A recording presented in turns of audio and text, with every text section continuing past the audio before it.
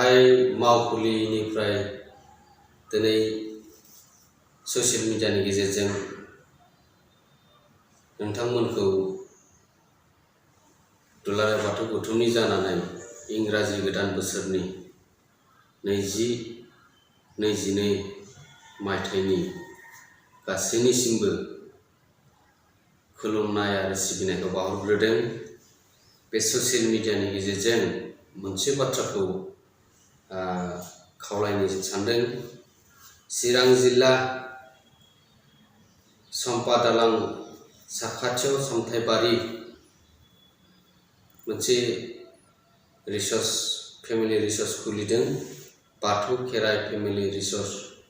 बे खुलिनायाव जोंहा बेवहाय गोबां बाथ्राखौ बुंनांगौ थाखाया, मानो होनब्ला जों बेयाव मोनसे बाथ्राखौसो नोजोर होदों आरो मोनसे जोङो नुदों जे दुलाराय बाथौ गौथुमनि बे गोथार धोरोमखौ जोङो गासैबो जों मान होयो आरो बर'नि गुबै गुदि धोरोम आरो बे धोरोमनि जोंनि बे बाथौनि एमब्लेमखौ लागायनानै जायफोरा बेनार पस्टारिं खालामदों आरो खालामनायखौ नुदों ससियेल मिडियानि गेजेरजों, आरो बिथांमोनखौ जों खावलायदों जायफोरा बाथौनि ल'ग'खौ होनानै बे पस्टारिं खालामनाय जादों, बेनिखायनो दुलाराय बाथौ गौथुमनिफ्राय बिथांमोनखौ गुरै खावलायहरदों।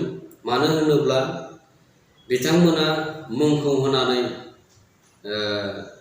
बे रिसर्सखौ खुलिनायाव जोंहा बारा बुंनांगौ थाया, नाथाय दुलाराय बाथौ गौथुमनि बै ल'ग'खौ होनानै एमब्लेमखौ बाहायनानै फोसावदों आरो पस्टारिं खालामनायखौ जों नुनो मोनदों।